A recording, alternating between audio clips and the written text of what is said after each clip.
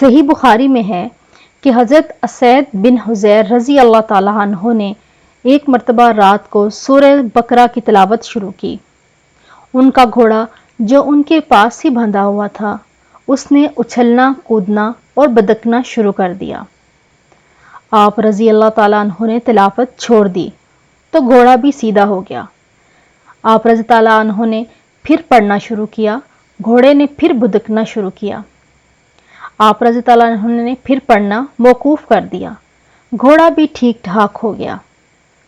تیسری مرتبہ بھی یہی ہوا، چنانچہ ان کے صاحبزادے یحییٰ گھوڑے کے پاس ہی لیٹے ہوئے تھے، اس لیے ڈر معلوم ہوا کہ کہیں بچے کو چوٹ نہ آ جائے۔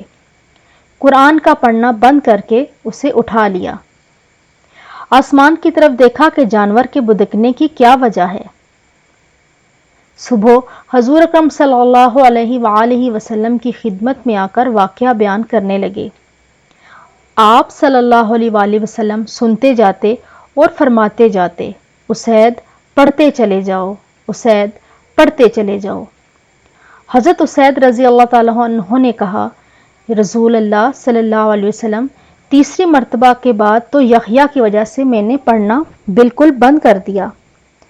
اب جو نگاہ اٹھی تو کیا دیکھتا ہوں کہ ایک نورانی چیز سایہ دار ابر کی طرح ہے اور میں نے اس میں چراغوں کی طرح روشنی بھی دیکھی۔ بس میرے دیکھتے ہی دیکھتے وہ اوپر کو اٹھ گئی۔ آپ صلی اللہ علیہ وآلہ وسلم نے فرمایا، جانتے ہو یہ کیا چیز تھی؟ یہ فرشتے تھے جو تمہاری آواز کو سن کر قریب آ گئے تھے۔ اگر تم پڑھنا موقوف نہ کرتے تو صبح تک یوں ہی رہتے اور ہر شخص انہیں دیکھ لیتا، کسی سے نہ چھپتے۔